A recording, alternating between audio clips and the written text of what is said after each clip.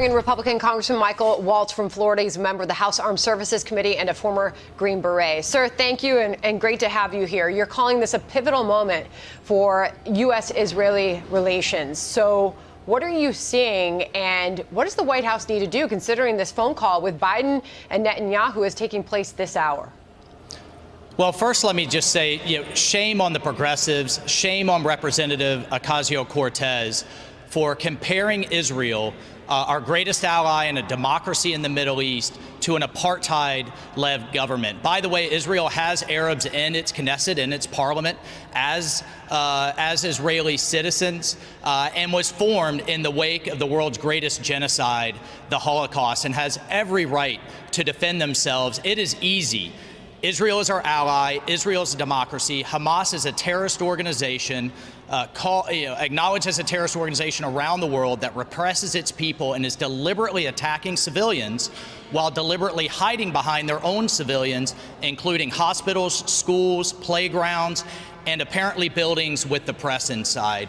We need to be clear in the value and the criticality of the U.S.-Israeli relationship. I can tell you as a member of the Armed Services Committee, I will absolutely be authorizing that military aid, that $3.8 billion, because it's needed by our ally who has been critical in helping us fight terrorism around the world. But as you mentioned, Biden's getting heat from his own party for that.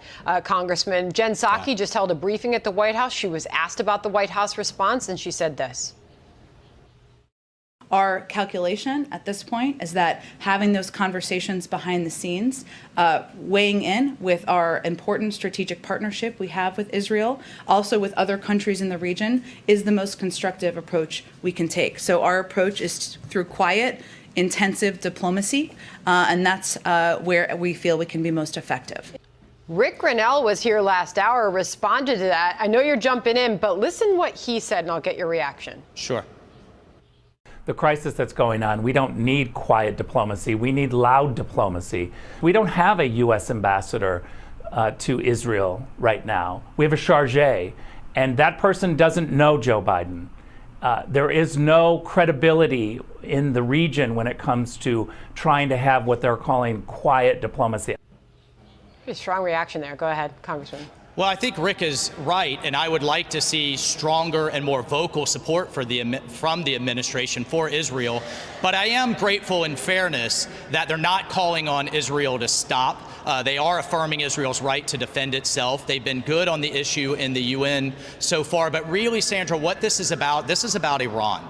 And the administration is about to throw cash at the Palestinians. They are about to unlock sanctions on Iran, and when they do, billions will flow into Tehran and then right over to Hezbollah in Lebanon, Hamas in the West Bank, the militias in Iraq, down to Yemen, and to destabilize the entire region once again. So really what we need to be focused on is Iran and keeping that maximum pressure campaign in place. You've been very clear that we cannot waver in the face of this conflict. Going back to your original criticism of those on the far left that are criticizing President Biden for his actions, does there need to be some accountability for their words?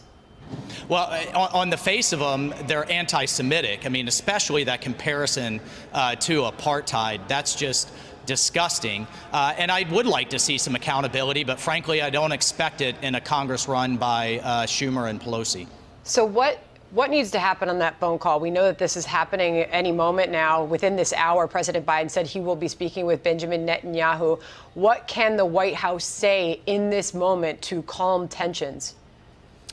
Well, I think both sides right now. Hamas has about 30,000 estimated rockets. We think they've fired only 3,000. But the Israelis are seriously militarily degrading Hamas, their ability to fire these rockets, their commanders. They had an amazing kind of PSYOP operation where they basically tricked Hamas to separate themselves from their own people and go into tunnels by a ruse, frankly, with the mainstream media who bought it hook, line, and sinker. So the Israelis right now are winning militarily. They've turned this tactically on the ground, but they need our support internationally and with the messaging campaign. And I expect when Hamas sees that and sees that we're not going to, that we have Israel's back, that's the signal that we need to send to calm this down, because as long as Hamas is launching those rockets, Israel rightly is going to defend itself. Congressman, I want to finish up by asking you about that attack on the pipeline, and therefore the result has been a spike in gas prices. Some are talking Jimmy Carter 2.0. We're seeing the price of so many things going up, including gas prices, as many outages continue at stations all along the East Coast. So what happens next with all this, and how the heck do we prevent something like this from happening again? Yeah, so at the end of the day, the world right now smells weakness in the White House. What's the downside for the Russians, or through their proxies, these criminal groups, to continue to do this? I mean, whether you launch a cyber attack or a bombing attack on our critical infrastructure, we need to view it as an attack. The Russians, we know, could stop these groups if they chose. We need to establish deterrence. Flick the lights in the Kremlin, make them understand that we can do the same, and we have the will and the capability to do so. Otherwise, they're just going to keep doing it and doing it and doing it, causing this type of disruption to American society. Enough is enough, and we need to send that strong signal. Congressman, always appreciate your input and perspective. Thanks for joining us. Thank you. Okay, thanks so much. Okay.